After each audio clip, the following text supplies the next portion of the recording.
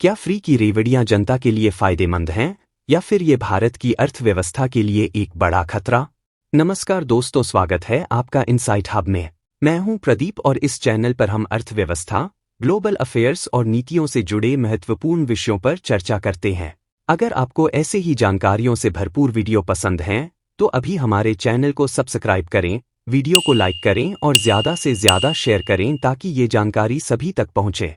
आज हम बात करने वाले हैं भारत में बढ़ती फ्रीबीज कल्चर पर, इसके फायदे, नुकसान और इसका भविष्य में हमारी अर्थव्यवस्था पर क्या असर पड़ेगा। तो चलिए बिना देर किए शुरू करते हैं।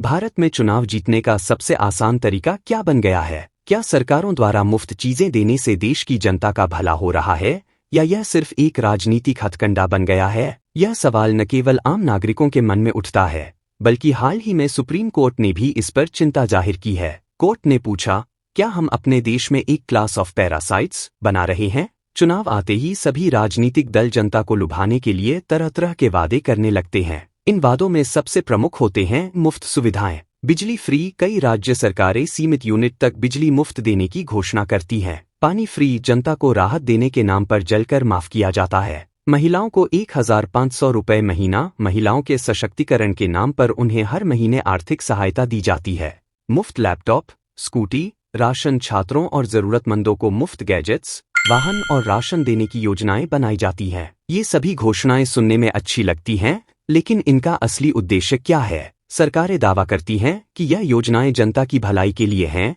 लेकिन इन योजनाओं के दीर्घकालिक प्रभावों पर विचार किया जाए तो कई चिंताजनक पहलू सामने आते हैं। आर्थिक बोझ, इन योजनाओं का खर्च सरकार के खजाने से आता है, जिसका सीधा असर देश की अर्थव्यवस्था पर पड़ता है। करदाताओं पर भार, जो लोग कर, टैक्स भरते हैं, उनके पैसे का उपयोग इन योजनाओं को चलाने में होता है। काम करने की प्रेरणा में कमी, यदि हर चीज मुफ्त में मिलने लगे तो लोग मेहनत करने की बजाय मुफ्त सेवाओं पर निर्भर होने लगते हैं। विकास कार्यों में बाधा, अगर सरकार का पैसा मुफ्त योजनाओं में खर्च हो जाएगा तो इंफ्रास्ट्रक्चर, शिक्षा, स्वास्थ्य और रोजगार पर निवेश कम होगा। मुफ्त योजनाएं थोड़े समय के लिए तो जनता को राहत देती हैं, लेकिन क्या यह देश की अर्थव्यवस्था को मजबूत करने में मदद करती हैं या उसे कमजोर बनाती हैं? जब सरकारी खर्चा बढ़ता है और आय के स्रोत सीमित होते हैं, तो इससे मुद्रास्फीति, इन्फ्लेशन बढ़ती है, जिससे अंततः आम आदमी की जेब पर और अधिक बोझ पड़ता है। यदि मुफ्त योजनाओं की बजाय सरकारें रोजगार के अवसर, अच्छी शिक्षा, स्वास्थ्य सेवाएं और इंफ्रास्ट्रक्चर पर निवेश करें, तो जनता को दीर्घकालिक लाभ मिलेगा। इससे लोग आत्मनिर्भर बनेंगे और देश की अर्थव्यवस्था भी मजबूत होगी।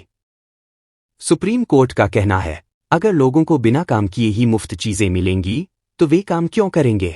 क्या हम एक ऐसा समाज बना रहे हैं जहां लोग सिर्फ फ्री चीजों पर जिएंगे? देश की अर्थव्यवस्था के लिए यह खतरनाक है। कोर्ट ने महाराष्ट्र की लाड़की बहना योजना पर भी सवाल उठाया। इस योजना में 21 से 65 वर्ष की महिलाओं को 1,500 रुपये महीना दिया जा रहा है। पर क्या यह सही तरीका है लोगों की मदद करने का? काम करने की बजाय लोग सरकार से पैसे मिलने का इंतजार करने लगेंगे। चुनावी अभियानों में फ्रीबीज भारतीय राजनीति में एक विभाजनकारी मुद्दा बनी हुई है। भारत के विभिन्न शहरों में किए गए हालिया सर्वेक्षण से शहरी भारतीयों के बीच फ्रीबीज को लेकर मिलीजुली प्रतिक्रियाएं सामने आई हैं, खासकर राजकोषीय जिम्मेदारी पर बढ़ती बहस के संदर्भ में।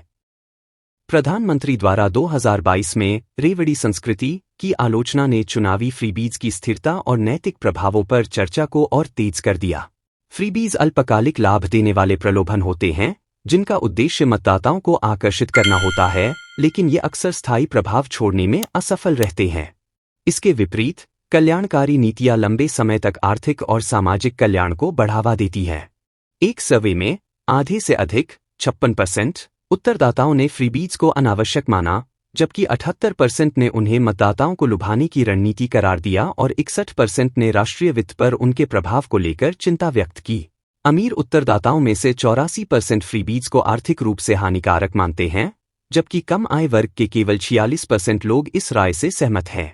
कम आय वर्ग के लोग आवश्यक वस्तुओं, विशेष रूप से स्वास्थ्य सेवाओं पर सब्सिडी को उचित मानते हैं, जो अमीर उत्तरदाताओं की सोच से भिन्न है। लेकिन फ्रीबीज एंड वेलफेयर स्कीम काफी अंतर है। आरबीआई ने अपनी 2022 की रिपोर्ट में फ्रीबीज को निःशुल्क प्रदान किए जाने वाले जनकल्याणकारी उपाय के रूप में परिभाषित किया। फ्रीबीज अक्सर शॉर्ट टर्म राहत पर केंद्रित होती हैं। इनमें मुफ्त लैपटॉप, टीवी, साइकिल, बिजली और पानी जैसी वस्तुएं शामिल होती हैं, जिन्हें अक्सर चुनावी लाभ के लिए दिया जाता है।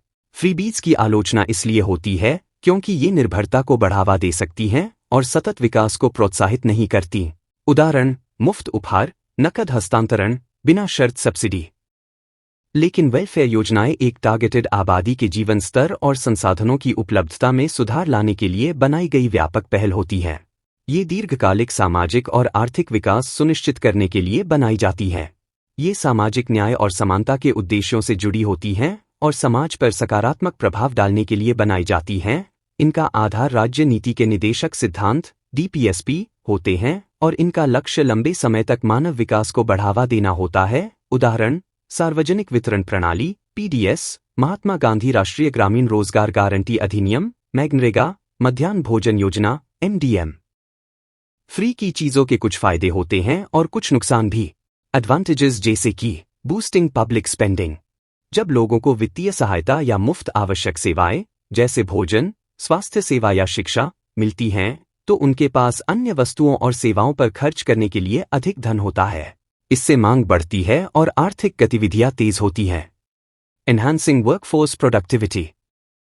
मुफ्त शिक्षा, स्वास्थ्य सेवाएं और कौशल विकास कार्यक्रम लोगों की दक्षता और कार्यक्षमता बढ़ाते हैं। एक स्वस्थ और कुशल जनसंख्या अर्थव्यवस्था में अधिक प्रभावी योगदान दे सकती है। Encouraging consumption in slow economies. आर्थिक मंदी के दौरान प्रत्यक्ष वित्तीय सहायता जैसे नकद हस्तांतरण या सब्सिडी लोगों को खर्च करने के लिए प्रोत्साहित करती है, जिससे आर्थिक गति बनी रहती है और मंदी से बचा जा सकता है। Reducing income inequality. मुफ्त योजनाओं के माध्यम से धन का पुनर्वितरण गरीब और अमीर के बीच की खाई को कम कर सकता है, जिससे अधिक संतुलित और टिकाऊ विकास संभव हो सकता है। Basic necessities and welfare. मुफ्त खाद्य योजनाएं जैसे भारत में PDS यह सुनिश्चित करती हैं कि गरीब परिवारों को भोजन की कमी न हो। मुफ्त स्वास्थ्य सेवाएं चिकित्सा खर्च के बोझ को कम करती हैं और सार्वजनिक स्वास्थ्य में सुधार करती हैं। सब्सिडी वाले या मुफ्त आवास बेघर लोगों को आश्रय प्रदान कर सकते हैं और जीवन स्तर को बेहतर बना सकते। Education and skill development. मुफ्त स्कूलिंग और छात्रवृत्तियां गरीब परिवारों के बच्चों को शिक्षा प्राप्त करने में मदद करती हैं, जिससे गरीबी का साइकिल ऑफ पॉवर्टी टूटता है। स्किल डेवलपमेंट प्रोग्राम्स युवाओं को रोजगार के अवसर प्रदान करते हैं, जिससे स्थानीय अर्थव्यवस्था को बढ़ावा मिलता है। Financial support and economic growth. Direct cash transfers जैसे DBT योजनाएं तत्काल राहत प्रदान करती हैं और परचेसिंग पावर बढ़ाती हैं। LPG, बिजली और परिवहन जैसी आवश्यक चीजों पर सब्सिडी गरीब वर्ग के लिए जीवन यापन की लागत को कम करती है। यदि वोट की राजनीति में मुफ्त की रियायतें बांटी जाए, तो इनके नुकसान फायदे से कहीं अधिक होते हैं, जैसे कि राजकोषीय घाटा, फिस्कल डेफिसिट बढ़ाना। सरकार को मुफ्त सुविधाओं के लिए अधिक खर्च करना पड़ता है, जिससे सरकारी राजस्व पर दबाव बढ़ता है। यदि इस खर्च की भरपाई टैक्स बढ़ाकर या उधारी लेकर की जाती है, तो यह आर्थिक असंतुलन पैदा कर सकता है। मुद्रास्फीति, इन्फ्लेशन को बढ़ावा देना। जब सरकार मुफ्त योजनाओं पर जरूरत से ज्यादा खर्च करती है, तो बाजार में अधिक धन का प्रवाह होता है, जिससे महंगाई बढ़ सकती है। इससे आवश्यक वस्तुओं की कीमतें बढ़ सकती हैं, जो गरीब और मध्यम वर्ग के लोगों को प्रभावित कर सकती है। Negative impact on private investment. दी सरकार फ्रीबीज के लिए अधिक कर वसूलती है, तो इससे निजी क्षेत्र के निवेश पर बुरा असर पड़ सकता है। कम निवेश का मतलब कम रोजगार और आर्थिक विकास की गति में गिरावट। Reduced self reliance among people. लगातार मुफ्त सुविधाएं मिलने से कुछ लोगों में सरकार पर निर्भरता बढ़ सकती है, जिससे वे आत्मनिर्भर बनने की बजाय सरकारी सहायता पर भरोसा करने लगते हैं। यह लेबर फोर्स पार्टिसिपेशन को प्रभावित कर सकता है। Fiscal strain. फ्रीबीज किसी राज्य की इकोनॉमिक स्थिति पर दबाव डाल सकती हैं, खासकर यदि राज्य की इकोनॉमिक सिचुएशन पहले से ही कमजोर हो। Social and economic costs. Freebies सामाजिक और आर्थिक लागतों को जन्म दे सकती हैं, खासकर गरीबों के लिए। Political gains. Freebies short term रूप से राजनीतिक लाभ दिला सकती हैं, लेकिन लॉन्ग टर्म रूप से सामाजिक और आर्थिक लागतों को बढ़ा सकती हैं। हालांकि अत्यधिक या बिना योजना के दी गई फ्रीबीज सरकार की वित्तीय स्थिति पर दबाव डाल सकती हैं, राजकोषीय घाटा बढ़ा सकती हैं और कभी-कभी लोगों में निर्भरता की भावना भी पैदा कर सकती हैं। इसलिए इनका रणनीतिक रूप से उपयोग करना जरूरी है ताकि ये शॉर्ट टर्म राजनीतिक लाभ के बजाय दीर्घकालिक आर्थिक लाभ दे सकें। अगर हम अमेरिका, चीन, जापान जैसे देशों को देखें तो वहां सरकारें लोगों को रोजगार देने पर ज्यादा ध्यान देती हैं।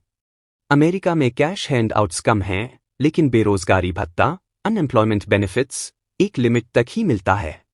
चीन अपने नागरिकों को उद्योगों में शामिल कराकर आर्थिक तरक्की बढ़ा रहा है। भारत में कई राज्य फ्री योजनाएं चला रहे हैं, लेकिन इसका इफेक्ट देश की अर्थव्यवस्था पर पड़ता है। क्या जनता सिर्फ मुफ्त चीजों के लिए वोट देती है? दिल्ली, पंजाब, तमिलनाडु जैसे राज्यों में फ्री योजनाओं की वजह से चुनाव जीते गए, लेकिन सवाल ये है, क्या ये लॉन्ग टर्म में सही है? कुछ नेता कहते हैं कि फ्री योजनाएं जरूरी हैं, वहीं कुछ अर्थशास्त्री कहते हैं कि यह देश को आर्थिक रूप से कमजोर कर देगा। तो दोस्तों, सुप्रीम कोर्ट ने एक बहुत बड़ा सवाल उठाया है। क्या फ्रीबीज सही हैं या गलत? क्या सरकार को सिर्फ नौकरी और विकास पर ध्यान देना चाहिए? आपकी राय क्या है? कमेंट में लिखिए। वीडियो पसंद आया तो लाइक, शेयर और चैनल को सब्सक्राइब करना न भूलें। अगली वीडियो में मिलते हैं। जय हिंद।